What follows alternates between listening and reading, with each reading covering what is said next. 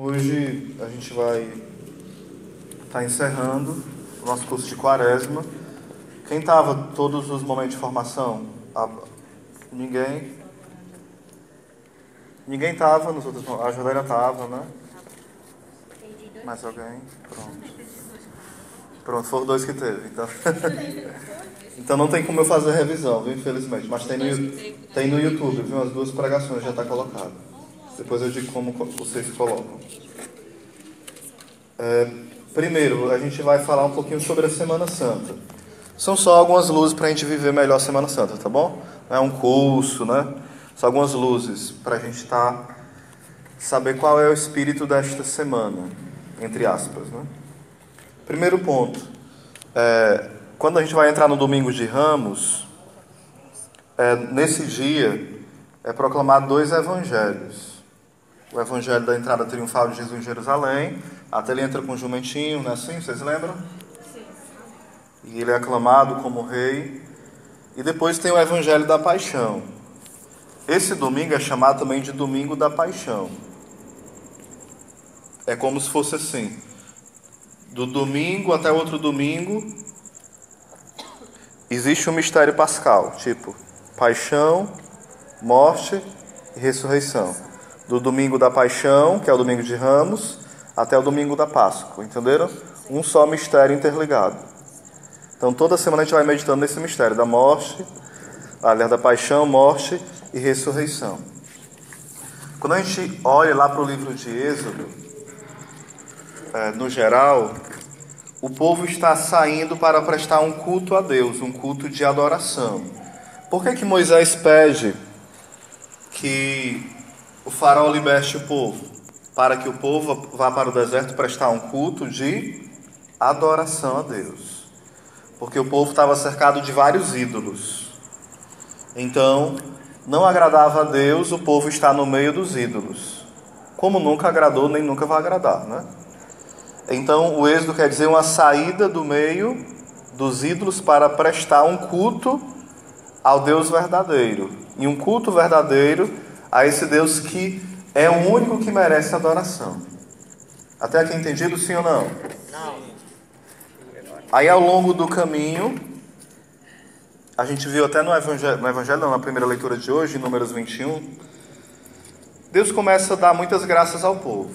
Comida, sombra, água, vindo de todo canto, das coisas, aonde era impossível ver alguma coisa, Deus mandava. Da pedra saía água, o fogo iluminava, apontando o caminho, a nuvem dava sombra para o povo. Ou seja, Deus dava tudo que o povo merecia e o que o povo não merecia ainda. Deus dava além, porque Deus é generoso, né? Deus dá sempre além, infinitamente além, pela sua generosidade. Só que o povo começou a reclamar. Fala a leitura de hoje. Vocês lembram da primeira leitura? Reclamar porque estavam enjoados de comer a mesma comida todo dia. Será que parece com a gente, hein? Eles estavam enjoados de comer e de recolher todo dia. E eles tinham que fazer o quê? Eles tinham que recolher só para aquele próprio dia. Eles não poderiam recolher para o dia seguinte. Se recolhesse para o dia seguinte, ia apodrecer. Como sinal de quê? Que nós devemos confiar no cuidado de Deus diário. Tanto espiritualmente como materialmente, né? Em todo sentido. E Moisés, ele percebe que o povo começou a ser picado pelas cobras, pelas serpentes. Por conta de quê? Do pecado da murmuração. Aí o povo começa a perceber que eles pecaram feio, deram a mancada, né? Eles tinham tudo de bom e estavam reclamando. Daí eles intercedem, pedem a Moisés que interceda a Deus. E Deus manda fazer um sinal. Fazer o quê? Um sinal. Que sinal era esse? Uma serpente de bronze. Um sinal de que... A serpente é sinal de quê? Vocês sabem? Ela é sinal de sabedoria, ela é sinal de astúcia, mas ela também é sinal de morte. Ela é sinal de ataque, de veneno, né? Ela tem tanto os sinais bons como os sinais não tão bons, entenderam? Ela tem esse duplo sentido, a serpente. A serpente, ela tem sentido também de sabedoria, de astúcia, de esperteza, né? E é interessante que Jesus, lá em João 3, ele pega esse sinal, lá em João 3, que foi usado em Números 21, para dizer o seguinte: assim como Moisés levantou a serpente no deserto, o Filho do Homem também será levantado. E todo aquele que olhar será o quê? Curado. Ou seja, São Paulo vai falar nas suas cartas que Deus se fez maldição por nós. Oséias, é pesado isso aí, né? É ou não é a palavra? É. Mas vamos entender um pouquinho. A serpente, ela tem dentro de si o veneno, sim ou não? Sim. Tem? Sim. E o veneno dela mata, sim ou não? Sim. Mas o veneno dela também é um antídoto, sim ou não? Sim. Dependendo de quem usa.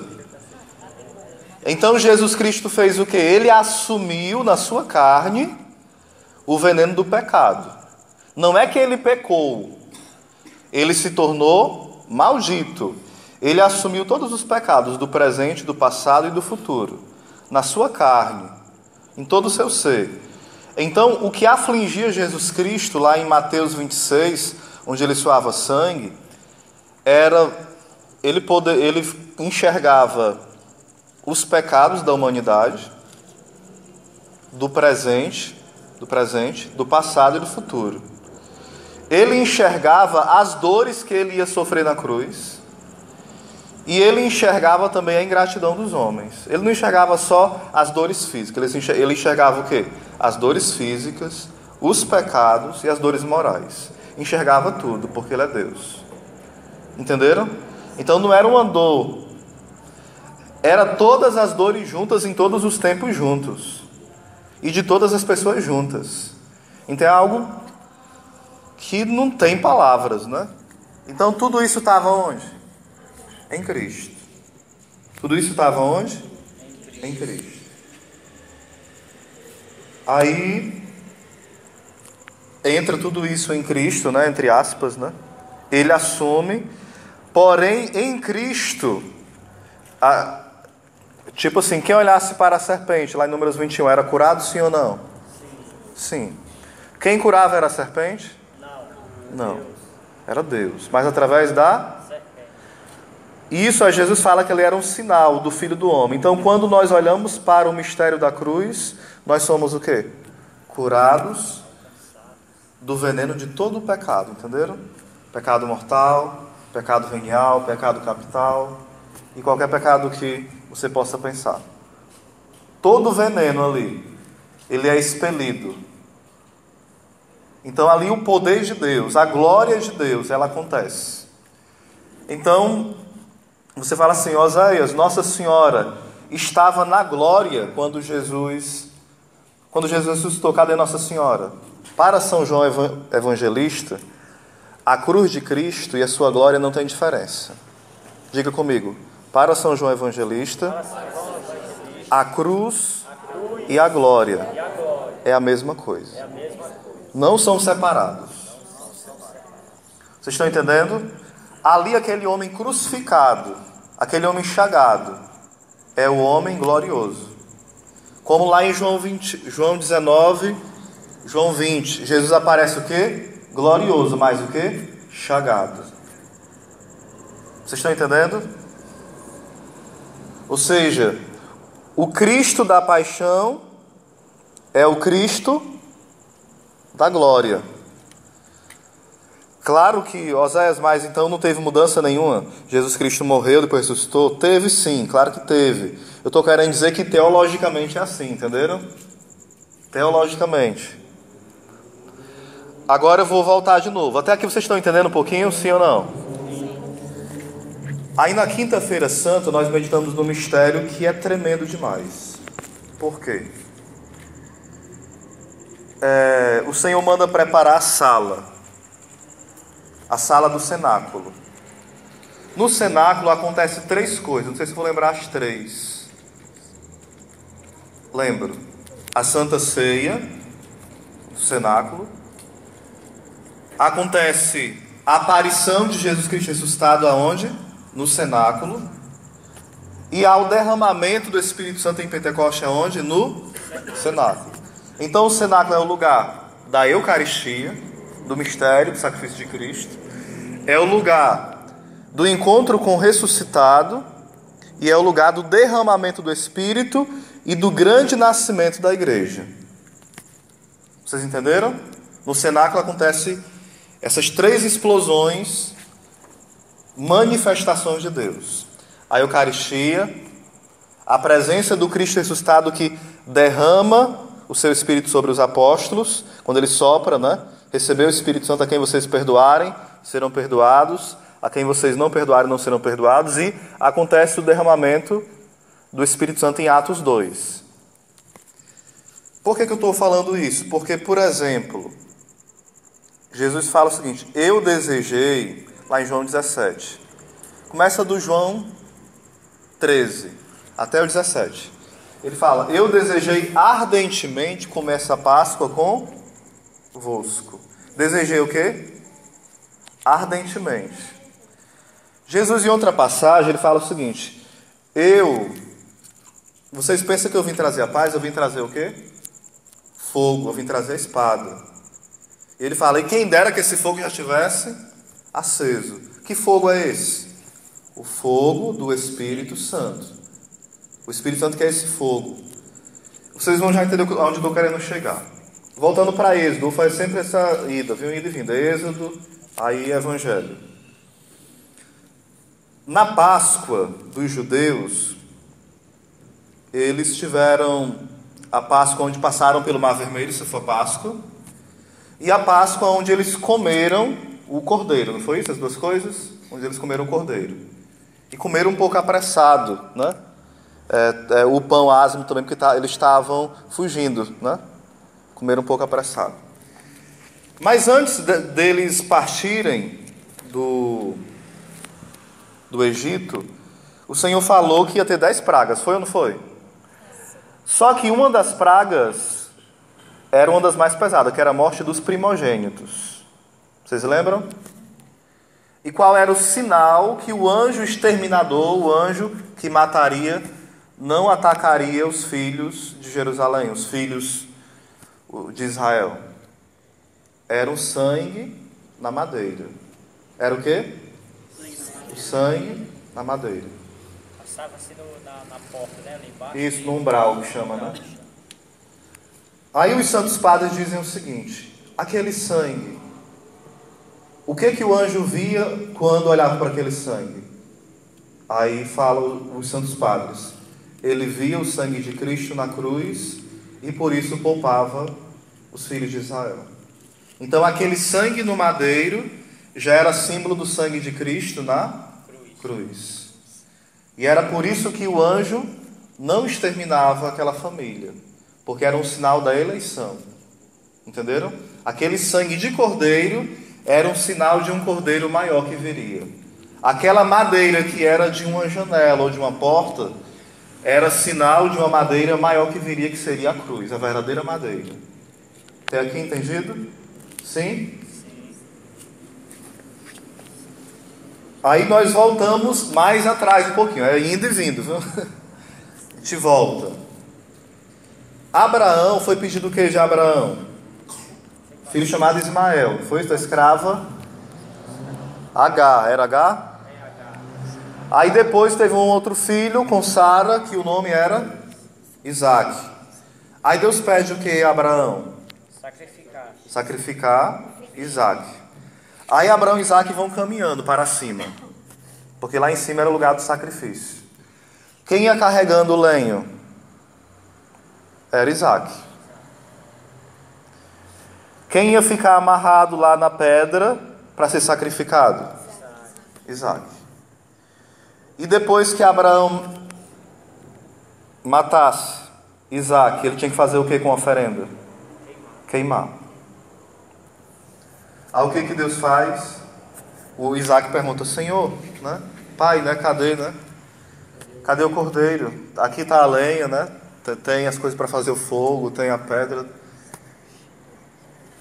Aí o que acontece? Ele fala: Deus proverá. Deus proverá. Então, quando você olha para a cruz, é o quê? Deus proverá. Esse proverá ecoou na história toda, entenderam? Não foi só o cordeiro que apareceu, não. Aí na hora que Abraão ele vai matar, entre aspas, ele vai dar ali a sua prova de fé, o que acontece? O cordeiro aparece, né? O anjo envia um cordeiro puro, imaculado. Só que isso é figura, porque Isaac representa quem? Diga comigo, Cristo. Abraão representa quem? O pai. A lenha amarrada no Isaac simboliza quem? A cruz. O cordeiro que é dado no lugar de Isaac novamente? Jesus. E cadê o fogo? O fogo. Eu desejei ardentemente comer essa Páscoa convosco. Ou seja, na hora que Jesus estava na paixão, ali era o fogo que estava queimando. Era o Espírito Santo que estava ali. Ó. Ali é o mistério da Trindade. O Pai, o Filho e o Espírito Santo.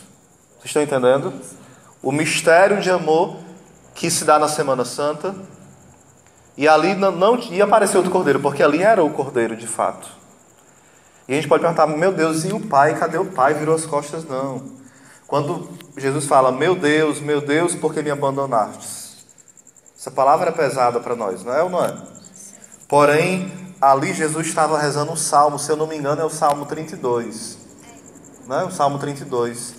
E no Salmo 32, Jesus, as orações de Jesus mais belas, que ele mais amava, era a oração dos Salmos. Ele saía com os apóstolos para rezar lá no Getsemane às vezes, né? E quando um judeu começa a rezar um salmo, ele reza até o fim. Vocês estão entendendo? Reza até o fim. Então, Jesus ali ele estava começando a rezar um salmo de confiança. O Salmo 32 é um salmo de entrega. Nas mãos do Deus providente, do Deus que é Pai. Do Deus que eu me dou por inteiro. Aí no final do Salmo 100... Olha se o teu Salmo é o 32. O que fala no final do Salmo 32, Cacique? Dá uma olhadinha. Eu quero vocês aí, por favor. O final do Salmo. Vê o início e vê o final, por favor. Só o início, É o início e o final. Exultai no Senhor, ó justos, pois os retos convém o louvor. Aí o final lá. Deixa eu ver aqui. Seja-nos manifestada, Senhor, a vossa misericórdia, como esperamos de vós. Certo. Pode continuar lá. Pode continuar? Uhum. Chegou o link. Exultai no Senhor, ó justo, pois os retos convém o louvor. Celebrai o Senhor com a cítara, entoai-lhes hinos na harpa de 10 cordas. Cantai-lhes um canto novo, acompanhado de instrumentos de música. Porque a palavra do Senhor é reta, em todas as suas obras resplandece a fidelidade. Ele ama a justiça e o direito. Da bondade do Senhor está cheia a terra. Pela palavra do Senhor foram feitos os céus, e pelo sopro de sua boca todo o seu exército.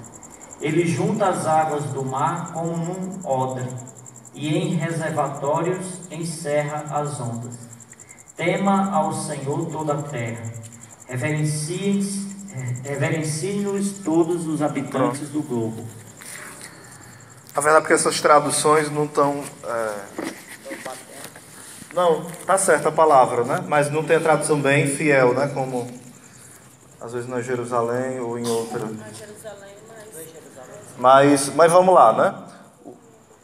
O Salmo 32, o Salmo 31 também. O Salmo 31, ele vai falar sobre os ossos ressequidos, a angústia, o sofrimento. Todo o Salmo 31 é quase uma profecia da morte de Cristo. Aliás, quase todos os salmos. É interessante que Jesus, quando ele ressuscita e fala com o discípulo de Emaús, ele vai caminhando e ele fala assim, né? E o Senhor foi ensinando e passando pelos profetas, pelos salmos e por Moisés, explicando as passagens que falavam do Messias. Ou seja, Todo o Antigo Testamento está apontando para quem? Para o mistério da morte e ressurreição de Cristo. E do seu nascimento também. Todo o mistério da vida de Cristo, né? Por exemplo, quando você olha para a barca, a Arca de Noé, isso simboliza um pouco da vida de Cristo, sim ou não? Em quê? Representa a igreja. A igreja é de Cristo ou não é? É. Quando você olha para a árvore lá no jardim, a árvore da vida, aquela árvore fala de Jesus o quê? Jesus é a árvore da vida, sim ou não? Sim. Quando você olha para o Rio Jordão, aquele antigo que o pessoal de Jericó abriram para passar, aquele Rio Jordão aberto, o Mar Vermelho aberto simboliza o quê? Para nós, o batismo, que lá é afogado os nossos pecados, né? O símbolo do afogamento do pecado, e se tem uma vida nova. Então, espiritualmente, todo o Antigo Testamento fala do mistério da Páscoa. Vocês estão entendendo? Sim ou não? Espiritualmente. É porque isso aqui exigiria muito de Bíblia, né? Porque o texto ele tem a parte literal e tem a parte espiritual. Aí a parte espiritual tem várias partes. A parte alegórica, a parte anagógica, que não dá para explicar aqui não, que senão aqui não é curso de Bíblia, né? É curso sobre a Quaresma. Mas resumindo, uma só palavra que você mergulha, se a gente fosse examinar Gênesis 3, por exemplo, a gente daria um retiro, espiritualmente falando. Tipo assim, você fosse examinar como é que o tentador chega perto da gente, né? Como é que Eva se aproximou da árvore, como é que Eva se aproximou da serpente. Ou seja, existe todo um mistério quando a gente vai ler a Bíblia. Mas não é um mistério porque é complicado, é um mistério porque é grandioso. Vocês estão entendendo? Por isso que eu volto novamente. Zé, Oi. Só a questão do Mar Vermelho aí, né? Porque aquele momento ali, né? Foi no qual quem estava perseguindo o povo de Deus, né? O mar foi aberto e ali ao mesmo tempo se fechou e ali morreu todo mundo, né? Aqueles cavalos. Isso. E também a gente assim não possa ver só por esse lado, né? Daquele acontecimento, né? O mar também simboliza o que ele falou, né? Pra mim, pra mim ficou. Por isso que eu fiz essa pergunta, porque eu tinha essa visão assim, né? A abertura do Mar Vermelho foi para afogar aqueles cavalheiros, né? Aquela pessoal que estava seguindo o povo de Deus, né? Eu tinha só essa visão, né? Já hoje eu tenho a visão que nem falou aí, né? Do batismo, né? Representa, né? Se a gente for olhar também, ó, cada detalhe da Semana Santa. Eu falei primeiro da quinta, não foi isso? Quinta-feira. Gente, ali é instituído o grande mistério. Que mistério é? O mistério da Eucaristia. E é tão belo esse mistério porque ali você vê que Judas, ele teve todas as chances de voltar atrás. Teve ou não teve? Teve. Mas tenham um cuidado, tenhamos. Não vamos dizer que o Judas está no inferno não, viu? Nem vamos dizer que ele está no céu também não. Nenhuma das duas coisas. A gente tem a mania de na Semana Santa fazer aquele Judas, né? As pessoas, né? Claro que é por ignorância, né? É por cultura, mas é uma cultura muito maligna. Maligna por quê? Porque parte de um coração que julga. Um coração que sabe mais do que Deus.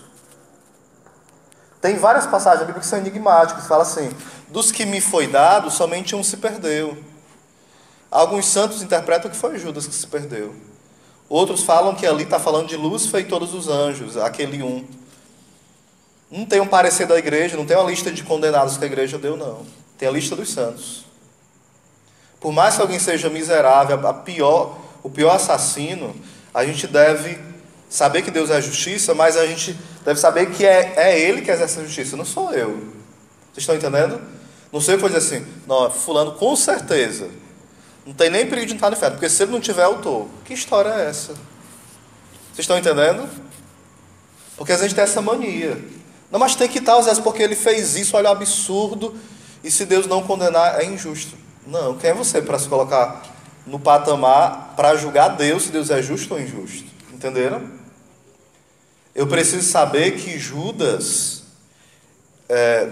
foi ladrão, sim, foi ruim, sim, deu lugar para o demônio, sim. Se ele é condenado ou não, é ele e Deus. Vocês estão entendendo?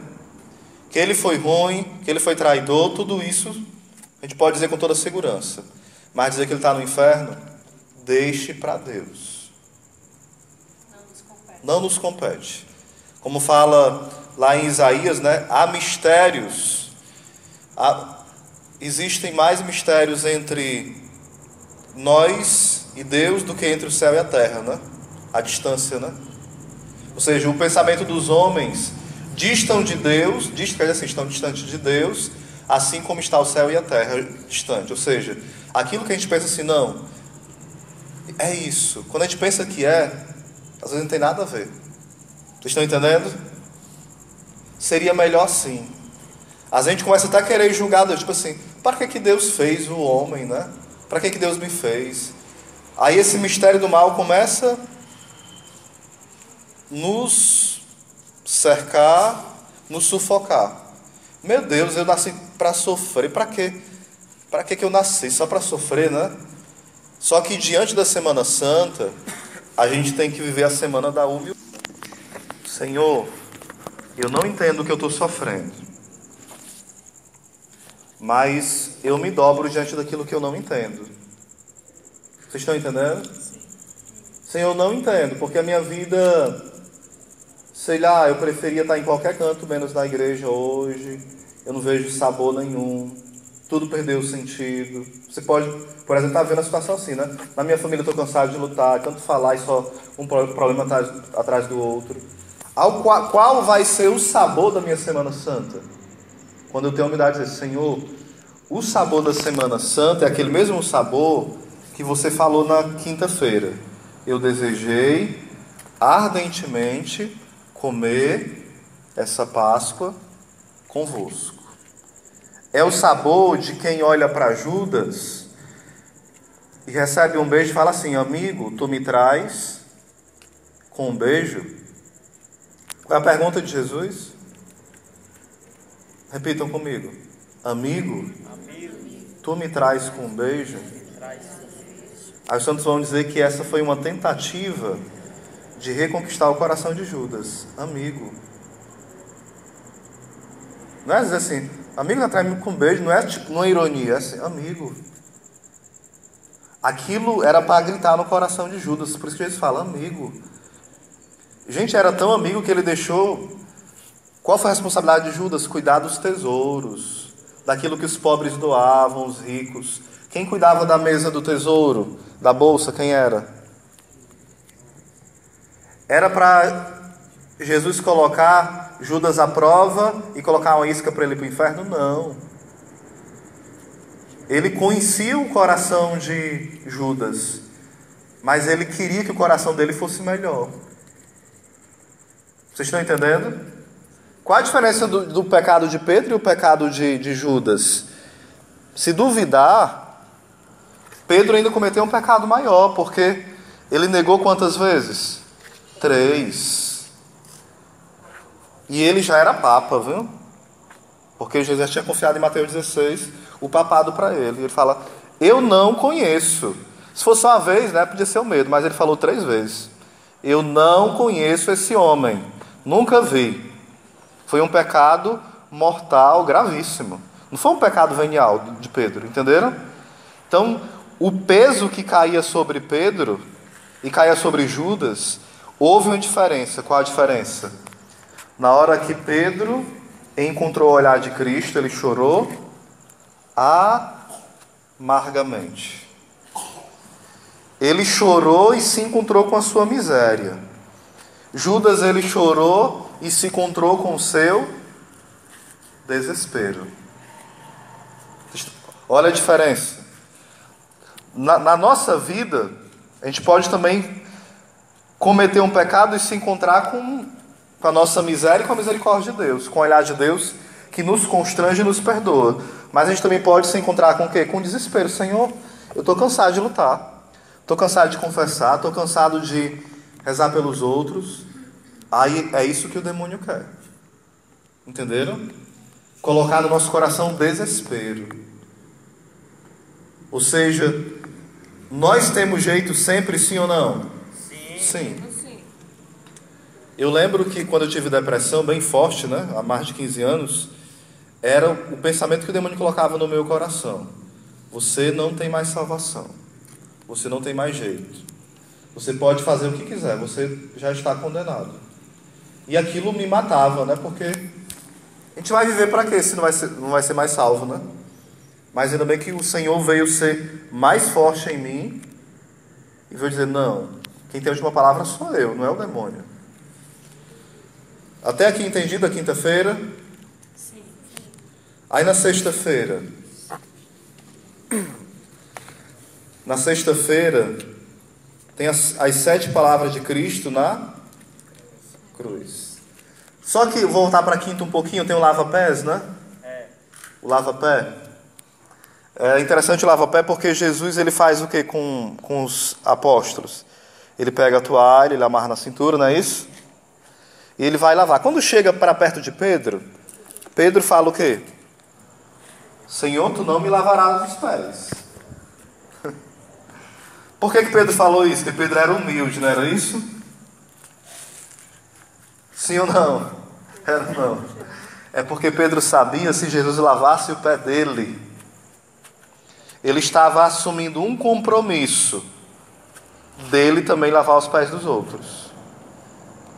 Dele ser um outro Cristo. Entenderam? Não. Não, Senhor, não me lave os pés, não. Parece um ato de humildade, mas é um ato de medo, de orgulho. Entende?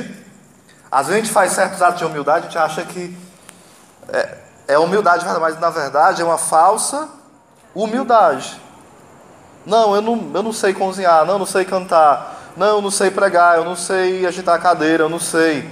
Aí vai se escondendo. E vai se escondendo tanto que mofa e apodrece. Mas quando a gente se dá, a gente pode até não saber. A gente vai aprendendo, porque Deus vai dando a graça. Senhor, eu não sei não, mas eu vou. Eu não sei fazer isso, mas com a tua graça eu vou. Então Deus vai fazendo que aquilo que a gente não sabe, a gente vai aprendendo no Espírito as coisas, né? Aí Pedro ele resiste. Só que tem um outro segredo aí no lava-pés. No lava-pés, quando alguém chegava para o judeu e ia lavar os pés, queria dizer o quê? Seja bem-vindo à minha casa. Ou seja, quando Jesus lava os pés, eu estou acolhendo vocês na minha casa. A minha casa é a igreja que eu fundei. Jesus falasse, né? E vocês nessa igreja vão ser também esses grandes acolhedores dos peregrinos. Aí entra a palavra paróquia. Paróquia. A palavra paróquia quer dizer paro, lado, oikia, casa. Quer dizer que a paróquia é uma casa ao lado. Quer dizer casa ao lado. Ou um acampamento de estrangeiro. É assim, ó. Nós estávamos no Êxodo, sim ou não, no início? Aí o Êxodo é alguém que não tem uma casa definitiva. Ele está caminhando para uma terra prometida. Aí o que acontece? Nessa terra prometida você tem que fazer um acampamento. Uma casa provisória, sim ou não? Até chegar à casa definitiva. Aí você vai cansando, lutando no caminho, as fadigas, né? Junto com a turma, todo mundo acampando junto. Aí isso é paróquia. Uma casa ao lado, que não é casa definitiva. Ou seja, todos nós somos o quê? Paroquianos. A nossa casa é essa? Não. Aqui é um lugar de acampamento. Nós estamos caminhando para o céu. Por isso que nós somos paroquianos. Somos caminhantes para o céu. Peregrinos.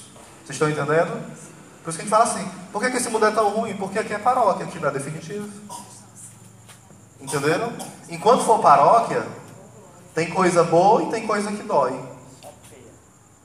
Tem lágrima e tem sorriso. Mais lágrima às vezes, porque é um vale de lágrima. A igreja não mente, né? Fala o que na Salve Rainha? Neste vale, não fala assim alguma lágrima. É um vale. Né? Só que assim, a diferença é quando você sabe que está no vale. mas você não é do vale. Você está. É isso que dá ânimo. Por isso que a teologia católica ela é pesada, mas é de esperança. Por quê? Já no protestantismo não. Diz que tem um mar de flores, só que sabe que é mentira.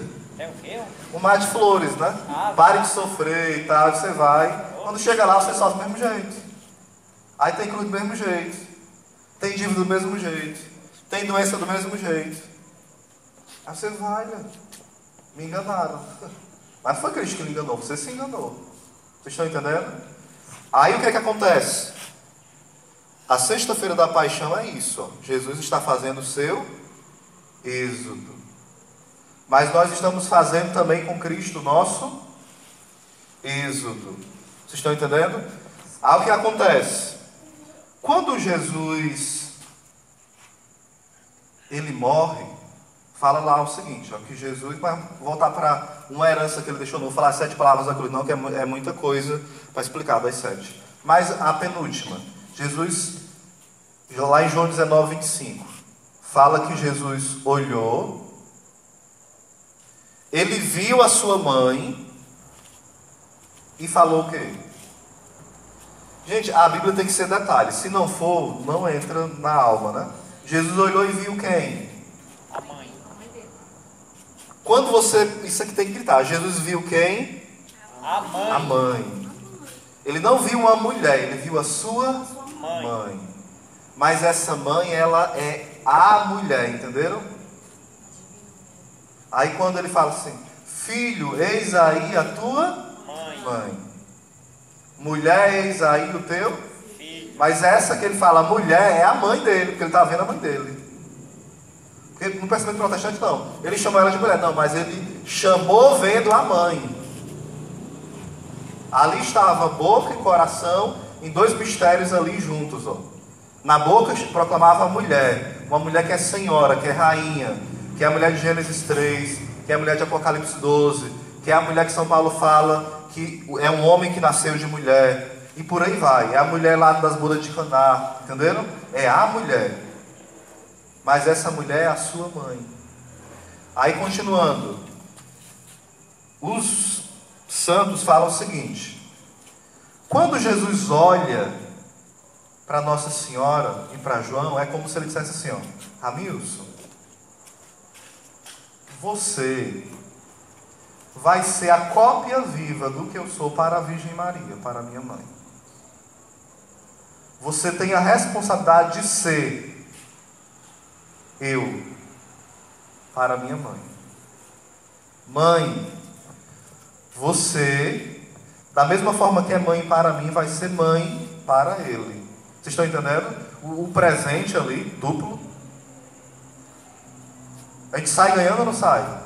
Só que a responsabilidade é grande, né? Ser Jesus para Nossa Senhora. Ser Jesus. Aí Santa Gertrude pergunta, por que Nossa Senhora, ela teve que ser assunta ao céu, não ficou conosco, né?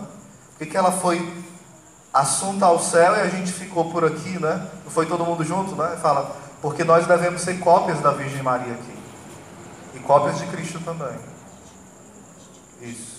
Cópias da Virgem, cópias de Cristo. Aí o que acontece? Ali na cruz. Eis aí o teu filho, eis aí a tua mãe. Aí o grande testamento para a gente guardar as palavras de Cristo é ter quem ao nosso lado? A Virgem Maria. Terminando isso, Jesus já cumpriu a sua missão. Ele fala, tudo está consumado. Ele já deu todas as armas para a gente para o céu.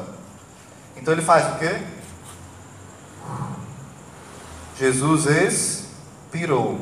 Não faça igual lá no Formoso, que lá Jesus espirrou.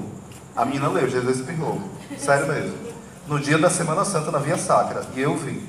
Espirrou, foi. Mas a bichinha, mais ninguém notou não, só eu. Se eu tivesse lá também. Aí para terminar. E os santos dizem o seguinte, quando Jesus expirou, ele ali houve, fala no Evangelho, né, que o mundo ficou em trevas, não foi? As rochas se quebraram, teve um morto que se levantou, houve uma reviravolta na humanidade inteira. E se você ler o livro de Santo Afonso sobre a paixão de Cristo, está registrado na história, naquele tempo, que várias coisas no mundo aconteceram naquele dia mesmo, naquela mesma hora. Não foi algo só ali em Jerusalém, em vários cantos do mundo. Estátuas de deuses caíam em outros países, né? Como aconteceu uma reviravolta no mundo inteiro, no universo ali. Na hora que Jesus expirou. Tipo um abalo sísmico, Isso. né? Algo, gente, é Deus, né? Entregando a sua vida. E o que acontece ali? Fala os santos que naquela hora o Senhor derramou o seu Espírito sobre a face da terra. Houve um grande derramamento do Espírito Santo. Oséias, não é em Atos 2, em Atos 2 é visível, mas ali acontece algo bem invisível, um grande derramamento, o véu se rasga, de cima para dizer que foi iniciativa de Deus, porque nós não conseguiríamos rasgar o véu. O véu quer dizer o quê? Nós temos acesso direto a Jesus agora. Podemos falar com Ele qualquer hora, só querer. Entenderam? O véu se rasgou. Aí vamos para o sábado santo, né? Aí você fala, Oséias, e cadê a alma de Jesus? Ela foi para onde? Diga comigo, para a mansão dos mortos. Aí o sábado é o sábado do silêncio, não é o sábado do aleluia, é o sábado santo, onde toda a humanidade está em silêncio junto com a Virgem Maria, a Virgem dolorosa. E é interessante que Jesus, antes lá de morrer, ele fala o que para o ladrão? Hoje mesmo tu estarás comigo no paraíso. Aí São Tomás pergunta o seguinte: como é que aquele ladrão ia estar naquele dia no paraíso? Presta atenção. Se Jesus no sábado ainda estava lá na mansão dos mortos, e só ia ressuscitar no domingo de madrugada. Aí ele fala, é porque quando aquele homem na cruz morreu, a alma dele foi com Jesus para a mansão dos mortos, e quando ele olhava para Jesus, ele já estava no paraíso, porque é Jesus o nosso paraíso. Vocês estão entendendo? O paraíso não é só um lugar, o céu não é só um lugar, o céu é mais que um lugar, é uma pessoa, no sentido de dizer assim, vontade de Deus, meu paraíso, ou seja, Deus é o nosso verdadeiro paraíso, sim ou não?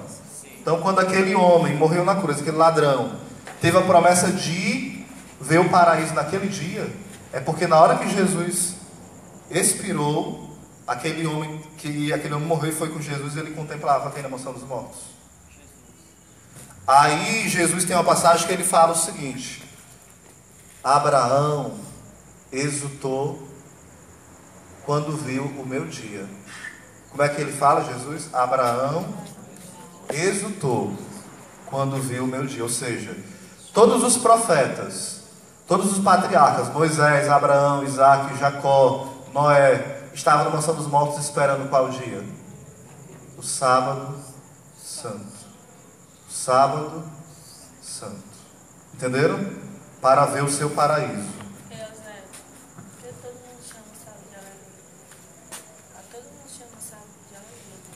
É, porque tem a vigília do sábado, né?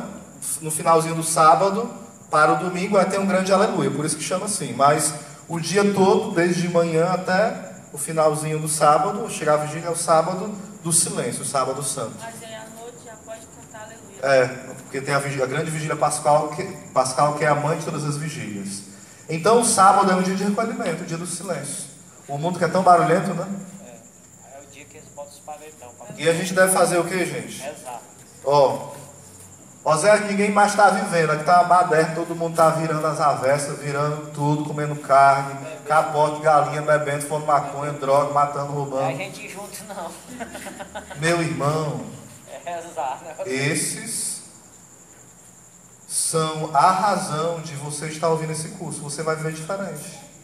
Você não vai ser assim, olha Judas, olha o traidor, olha, não sabe de nada. Não, senão você vai se colocar numa situação pior. Santa Teresa de Ávila fala o seguinte: existe o pecado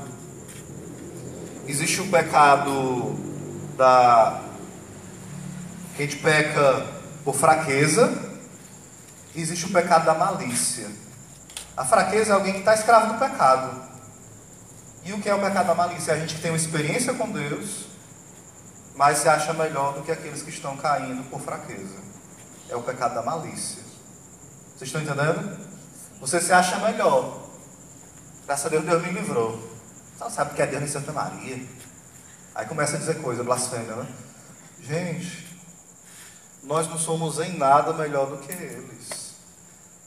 Para terminar, que foi só as luzes, né, para a Semana Santa, Santo Agostinho, quando via um bandido, falava: se ele tivesse uma experiência que eu tive com Deus, ele era mais santo que eu. Se esse bandido tivesse a experiência que eu tive. São Francisco dizia a mesma coisa. Quando o ladrão roubava a coisa dele, e os irmãos lá batiam ele: meu Deus, por que você fez isso? Vá lá, peça perdão ao bandido, beije ele, dê o que faltou roubar. E às vezes acontecia isso. O ladrão vinha, aí São Francisco fazia o quê? Ele entregava. Às vezes tinha irmão de São Francisco que ficava nu. Chegava nu porque tinha entregado para o bandido. Não, ele estava precisando mais do que eu, né? Ia lá. E quando alguém chamava vagabundo, não sei o que, ele beijava os pés da pessoa. Obrigado, porque ninguém disse tão grande verdade sobre aquilo que eu sou. O problema é que o nosso conceito sobre nós mesmos é muito grande, né? A gente se acha a última Coca-Cola gelada. Então, quando alguém ofende a gente fala assim: falou de mim? Quem ele pensa que é? Né? Não, quem você pensa que você é? Quem eu penso que eu sou? Gente, se nós reconhecêssemos o nosso nada, a gente louvaria muito a Deus quando alguém fala da gente. Louvaria mesmo, né? Santa Teresinha, quando falavam dela, a irmã falou, e falava assim na cara, assim na lata: você é isso, fingido, tarará. Irmão, graças a Deus que Deus não te revelou o resto. Se Ele revela o resto.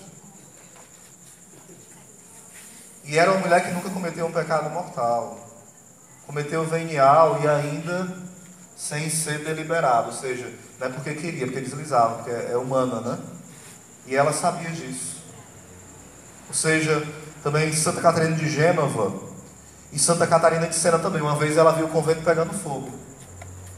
Aí ela falou assim, né? Ela viu o convento pegando fogo e o demônio querendo assustar ela, falou assim: o fogo que está lá é menor que o fogo que está aqui.